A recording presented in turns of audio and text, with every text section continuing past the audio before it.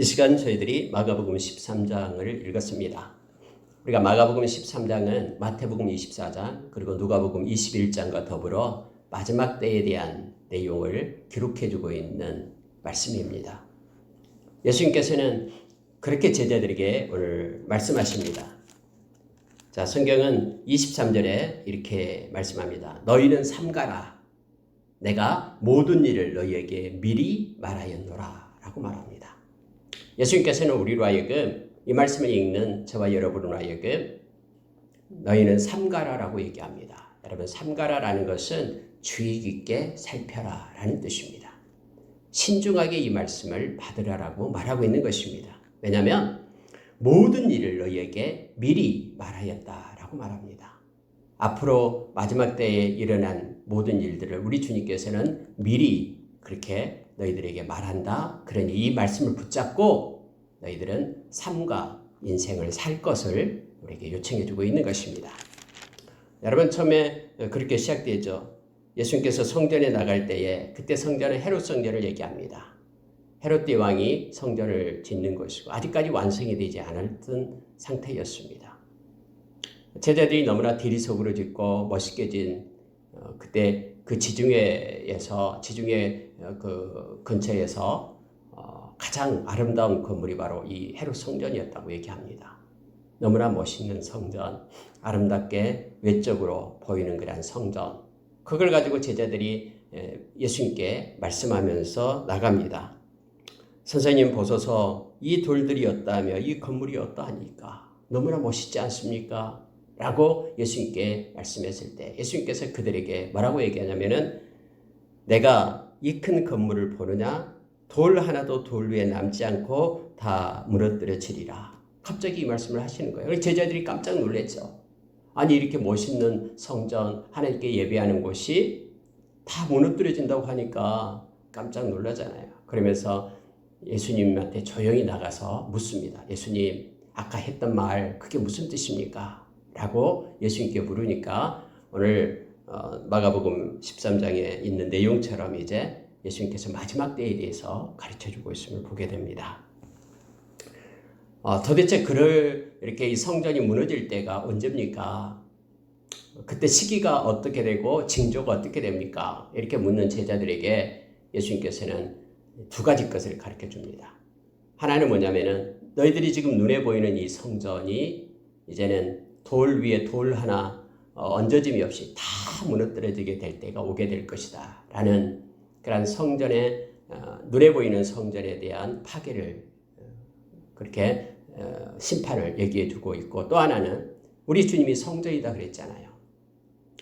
그리고 이 성전, 우리 주님의 몸이 성전이 되는 것이죠. 그래서 우리 주님이 십자가에 죽으실 것과 같이 말씀하면서 이 심판이 이제 확장시켜 마지막 때에 우리 주님께서 심판하러 오실 때에 플루시아 주님이 강림하실 때에 어떤 일들이 이 땅에서 일어나게 될 것인가를, 세상에서 있게 될 일들에 대해서 예수님께서 자세히 가르쳐 줍니다. 그래서 내가 미리 너희들에게 말하니까 특히 오늘날 저와 여러분은 이 말씀에서 예수님께서 가르쳐 준 것을 붙잡고 마지막 때를 잘 지혜롭게 살펴서 삼가하며 살아야 됨을 말씀으로 깨닫게 해줍니다. 그것이 말씀을 붙잡기를 원합니다. 먼저 예수님께서는 5절에서 사람의 미혹을 받지 않도록 주의하라. 이건 마태복음 24장과 동일합니다. 미혹에 받지 말라. 미혹을 받지 말라. 사람들이 너를 미혹할 것이다 라고 말합니다. 우리가 뒤에도 보면은 이 말씀이 나오고 있죠. 21절 이하에도 동일합니다. 어떤 사람이 너희에게 말하되 보라 그리스도가 여기 있다, 보라 저기 있다 해도 믿지 말라. 이런 사람의 말을 믿지 말라라고 얘기합니다. 왜냐하면 마지막 때에는 거짓 그리스도들, 거짓 선지자들이 일어나게 될 것이다. 그런데 그들은 능력이 있다라는 거예요. 그들은 22절에서 그렇게 말하고 있잖아요. 이적과 기사를 행하여 할 수만 있으면 택하신 자들을 미혹하려 하리라 라고 말합니다. 많은 미혹이 일어난다라고 얘기합니다. 근데 그들은 능력이 없는 게 아니에요. 오늘 보니까는 이적과 기사를 행한다라고 얘기를 합니다. 거짓 선지자들, 거짓 그리스도들이 그렇게 미혹하는 때가 오는데 너희들은 삼가라. 잘 살펴라. 그래서 미혹을 받지 말라라고 얘기합니다.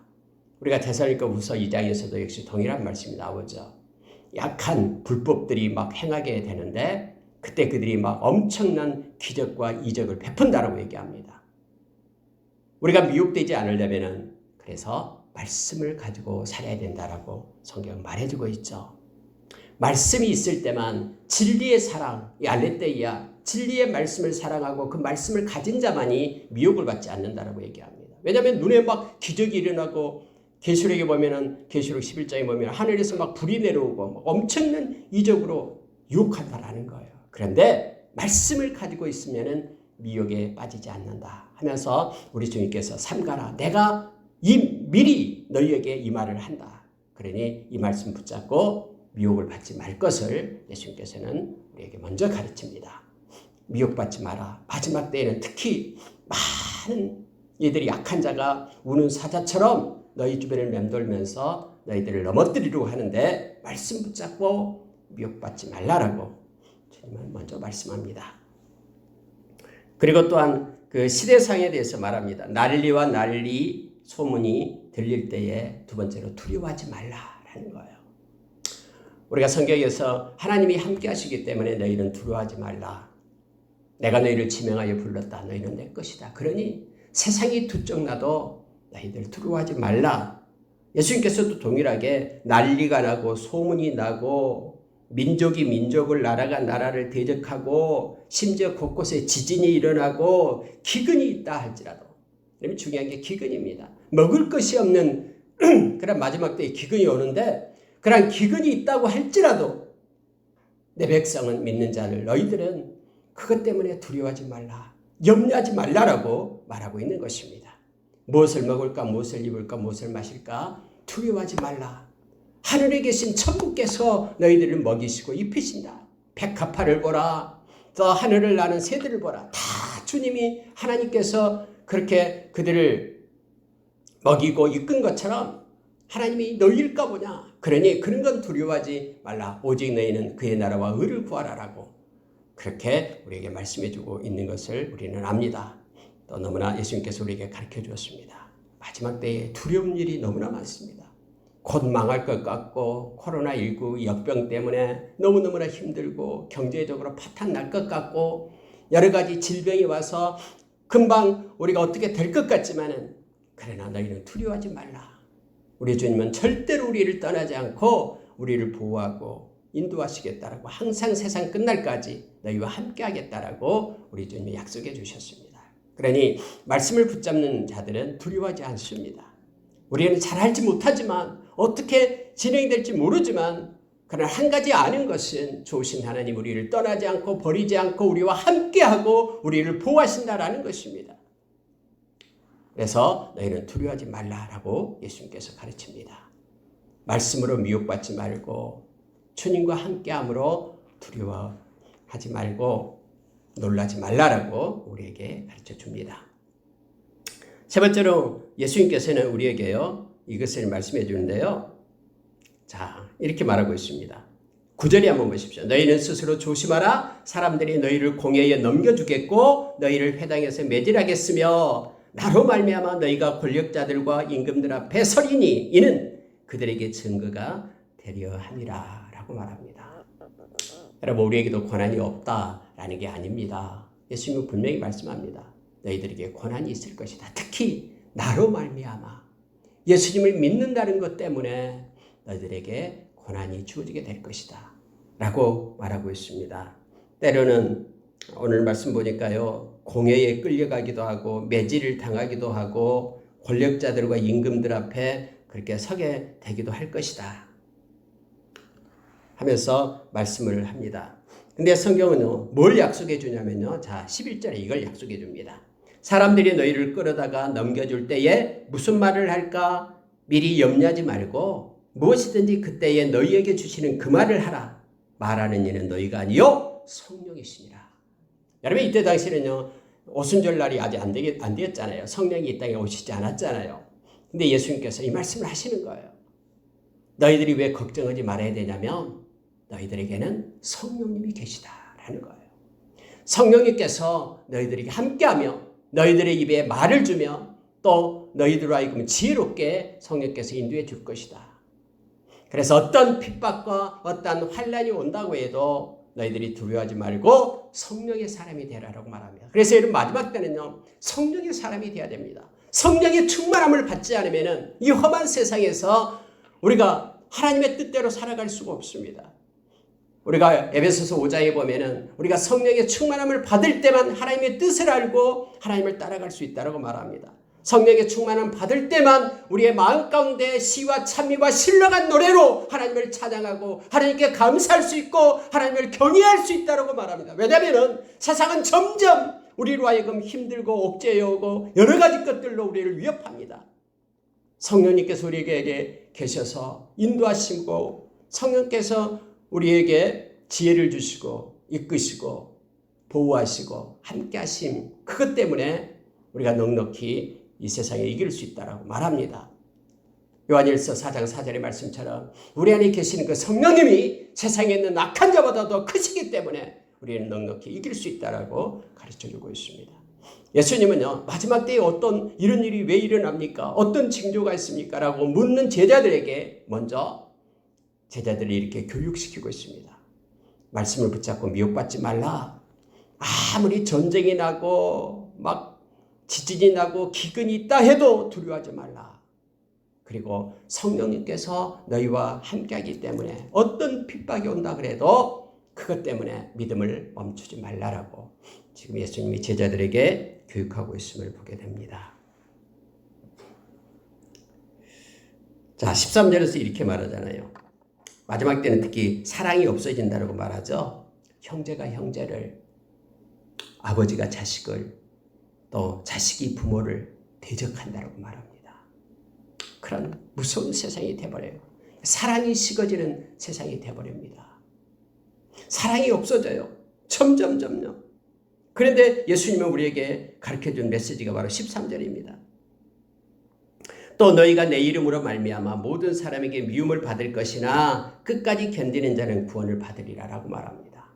예수님께서는 예수님의 제자들인 저와 여러분으로 하여금 새 계명을 주셨죠. 그게 뭡니까? 서로 사랑하라 라는 겁니다. 여러분 보십시오. 예수님께서 마지막 때는 사랑이 없어질 거야. 형제가 형제를 자기의 이익 때문에 미워하고 다투고 싸우고 죽음에 내어주고, 심지어는 부모가 자식한테도 역시 자식을 죽음에 내준다라고 말합니다. 이런 엄청난 그런 사랑이 없는 그런 시대가 점점 흘러가고 있어요. 오늘 여기서도 자식이 부모를 내어준다라고 얘기하잖아요. 자식이 부모를 대적하면서 죽게 하리라. 이런 시대가 되지만은 나의 제자들은 서로 사랑하라라고 주님께서 말씀합니다. 너희들이 사랑함으로 인하여 너희들이 세상에서 내 제자가 됨을 알리라. 세상은 점점 사랑이 없어서 서로를 죽는데 또 미워하면서 내어주지만은 너희들은 사랑함으로 인하여, 예수의 제자들은 사랑함으로 인하여 내 계명을 지킴으로 너희들이 내 제자됨을 이 사랑으로서 보이라라고 예수님께서 그렇게 말씀하셨죠. 그래서 끝까지 견딘다라는 것이 그거예요. 사랑이 없는 시대에 주님의 마음을 가지고 사랑을 가지고 있는 것이 견딘다라는 것이고, 어려움을 견딘다라는 것은요, 처음에 먹은 마음을 끝까지 가지고 있는 것이 오래 참음 견딘다라는 뜻이에요. 그 사랑 잃지 않고 변치 않고 하나님을 사랑하는 그 사랑, 이웃을 사랑하는 그 사랑을 가지고 끝까지 마지막 때에 너희들이 견뎌라. 구원받는 자는 이런 모습이단다라고 오늘 예수님은 우리에게 가르쳐 줍니다. 특히 마지막 때에는 멸망에 가증한 것이 서지 못할 것에 선 것을 보거든 이렇게 되어 있죠. 가증한 것들. 여러분, 이 가증하다라는 뜻이 무슨 뜻이냐면요, 원어를 보면은 가증하다라는 것은 진절이 친다라는 거예요. 진절이 치는 것. 특히 너무너무나 메스껍고 너무너무나 불쾌해서 입에서 토해 내버리고 싶은 것. 이것이 가증하다라는 뜻이에요. 하나님께서 가증하게 여긴다라는 것이 바로 그런 뜻입니다. 하나님이 너무너무 싫어서 진절이 친 것, 하나님이 입에서 정말로 토해내버리고 싶은 그런 것들, 이것이 하나님 보시기에 가증한 것들입니다. 근데 그 가증한 것들이 어디에 서게 되냐면요, 서지 못할 곳에 서게 된다라는 거예요. 여러분, 이게 어디입니까? 바로 성전을 얘기하죠. 하나님께 거룩함으로 하나님께 예배하는 그곳에 가증한, 하나님이 그토록 싫어하는 것들이 들어온다라는 거예요, 마지막 때는. 그래서 많은 교회가 타락하고 성전이 타락해서 이렇게 가증한 것들이 마지막 때에 와서요, 거짓 것들이 이렇게 판치게 되는 것을 보게 됩니다. 그래서 여러분, 우리가 에스겔서 9장에서도 역시 마찬가지예요. 하나님의 심판이 그래서 성전에서부터 시작될 것이다라고 이렇게 말해주고 있죠. 이러한 때가 올 때가 마지막 때다라고 말합니다. 하면서 이제 너희들은 이제 때가 되었기 때문에 산으로 도망가고 뭐 밭에 있는 자가 겉옷을가지로 들어오지 말고 마지막 때가 완전히 이르렀다라고 말합니다. 그래서 마지막은요, 이 교회가 타락을 합니다. 성전이 타락하는 때가 와요. 뿐만 아니라 이것과 연관돼서 또 하나가 나타나는 것이 뭐냐면요, 이거예요. 10절에는요, 또 복음이 먼저 만국에 전파되어야 할 것이니라. 이거예요. 그러니까 열방 곳곳에 복음이 증거되면서 또 세상에 가증한 것들이 교회에 들어와 교회를 타락시키고 이러한 혼미한 상태가 마지막 때 된다는 거예요. 왜냐면요, 이거예요. 하나님의 심판의 때가 왔기 때문에 그런 거죠.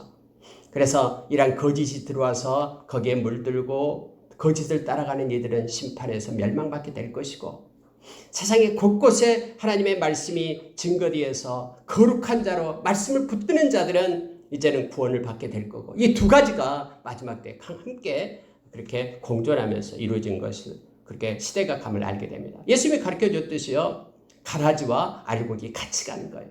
추수 때는요. 그래서 가라지는 묶어서 불에 던지고 또 알곡은 곡간에 채우고, 이 두 가지가 함께 추수 때에 이루어지고 있음을 우리는 말씀을 통해서 보게 됩니다. 자, 여러분 26절 한번 보십시오. 주님께서는 오신다라고 말씀하시는데, 그때에 인자가 구름을 타고 큰 권능과 영광으로 오는 것을 사람들이 보리라. 또 그때에 그가 천사들을 보내어 자기가 택하신 자들을 땅끝으로부터 하늘 끝까지 사방에서 모으리라. 여러분, 여기서 중요한 단어가 있는데요, 주님이 오셔요. 주님은 반드시 말씀하신 대로 오십니다. 세상은 말씀하신 대로 그렇게 역사가 흘러가기 때문에 그렇습니다. 말씀은 절대로 소멸되는 법이 없어요. 흘러갑니다. 우리가 베드로 후서 3장 4절 이하에서 그렇게 마지막 때는 기롱하는 자들, 이 조롱하는 자들이 나타나가지고 막 말씀대로 되지 않는다라고 말하지만, 베드로 사도가 우리에게 가르쳐준 게 있잖아요. 세상이 말씀대로 창조됐듯이 마지막 때도 말씀대로 그대로 성취되고 주님이 오신다라고 말씀을 합니다. 근데 그때에 주님이 큰 권능과 영광으로 오는 것을 사람들이 다 보게 된다라고 말합니다. 그때에 주님께서는 인자가 천사들을 보내가지고, 중요한 것이요, 자기가 택하신 자들을 사방에서 모은다라고 얘기합니다. 여러분, 여기서요, 아무나 착한 사람을 모은다라는 뜻이 아니에요. 성경에는요, 자기가, 누구예요? 주님이 택하신 자들을 모은다라고, 자기가 택하신 자들을 모은다라고 기록되어 있습니다. 이건 누가 한 말입니까? 우리 주님이 지금 말씀하고 있는 거예요. 제자들을 가르치고 있는 말씀이죠. 내가 택한 자들을 모으겠다. 내가 큰 권능으로 이 땅에 와서 심판주로 와서 이제는 내가 택한 자들을 모든 사방 열방 곳곳에서 모으겠다라고 말씀을 합니다. 여러분, 우리가 스스로 구원받는 것이 아니라 주님이 택한 자들이 구원을 받는 거예요. 그래서 주님이 택한 그들이 구원받은 백성이고, 그들을 주님께서는 모으시겠다라고 성경에 말씀해 주고 있습니다. 우리의 능력과 힘으로 우리가 구원받는 것이 아니고 주님의 은혜로 구원을 받는다라고 에베소서 2장 8절에서 우리에게 가르쳐 준 것입니다. 너희가 나를 택한 것이 아니라 내가 너희를 택하여 세웠다라고 요한복음 15장에서 말씀하십니다. 우리가 우리 주님의 손을 붙잡고 있다 그러면 우리는 환난이 오고 어려움이 오면 손을 놔버릴 수도 있잖아요. 근데 우리가 주님의 손을 붙잡는 것이 아니라 주님이 우리를 택해서 주님의 손이 우리를 붙잡고 있는 거예요. 그래서 어떤 경우에도 주님은 우리를 놓지 않습니다. 떠나지 않고 버리지 않습니다. 붙잡고 함께 갑니다. 그 주님을 인정하고 의지하고 어려운 가운데 있을지라도 그래서 주님께 맡기고 주님이 함께 하시고 동행하시네 감사하고 어떤 순간에도 우리가 주님께 영광을 돌리는 삶을 살아가야 됨을 깨닫게 합니다. 자, 여러분 이 말씀 보고 마치겠습니다. 계속해서 깨어 있으라라고 말씀합니다. 31절에 보니까요. 천지는 없어지겠으나 내 말은 없어지지 아니하리라. 그날과 그때는 아무도 모른다. 하나님만이 아신다. 아버지만이 아신다. 그러니 미혹받지 말라. 주의해라. 깨어 있으라. 그때가 언제인지 알지 못함이라 하면서요. 계속해서 예수님께서는 깨어 있으라를 반복하십니다. 36절에도 그러므로 깨어 있으라. 집주인이 언제 오는지 혹 저물 때에 밤중에 닭 울 때에 새벽일 때에 언제 오는지 너희가 알지 못함이라. 그러니 깨어 있으라 라고 우리에게 말씀합니다. 또 37절에도 깨어 있으라. 내가 너희에게 하는 이 말은 모든 사람에게 하는 말이냐. 중요한 말씀을 하고 마지막에 37절 끝내고 있어요. 이 13장을요. 무슨 얘기냐면요. 이건 너희들에게만 한 말이 아니다라는 거예요. 예수님께서 그렇게 말씀하잖아요. 깨어있으라. 내가 너희에게 하는 이 말은 모든 사람에게 하는 말이니라. 이렇게 성경은 기록해 주고 있습니다. 지금 제자들이 예수님께 물었잖아요. 마지막 때에 어떤 징조가 나타나고 어느 때에 이런 일이 있습니까? 라고 물었을 때에 예수님께서 제자들에게 막 설명을 해줬어요. 마지막 때의 증상을. 그런데 마지막으로 이렇게 말하는 거예요. 이것은 너희들에게만 해당되는 게 아니다. 이것은 모든 사람, 이 땅에 존재하는 모든 사람에게 내가 지금 말하고 있는 것이다. 저와 여러분에게 말하고 있다라는 것입니다. 지금 주님께서는 이 말씀을 가지고 우리에게 너희들은 깨어있으라. 우리가 교회에 들어오면은 그 문구가 있잖아요. 허리에 띠를 띠고 등불을 켜고 서 있으라. 이게 깨어있는 것이거든요. 늘 깨어서 말씀을 붙잡고 그래서 흔들리지 않고 늘 기도하는 자로 말씀과 기도를 가지고 사는 것이 깨어있는 것입니다. 오늘 하루도 우리 주님과 함께 겸손히 동행하는 하루 되기를 원합니다. 그리고 늘 깨어서 주님의 마음과 뜻을 가지고 살아가는 저와 여러분 되기를 원합니다. 기도하겠습니다.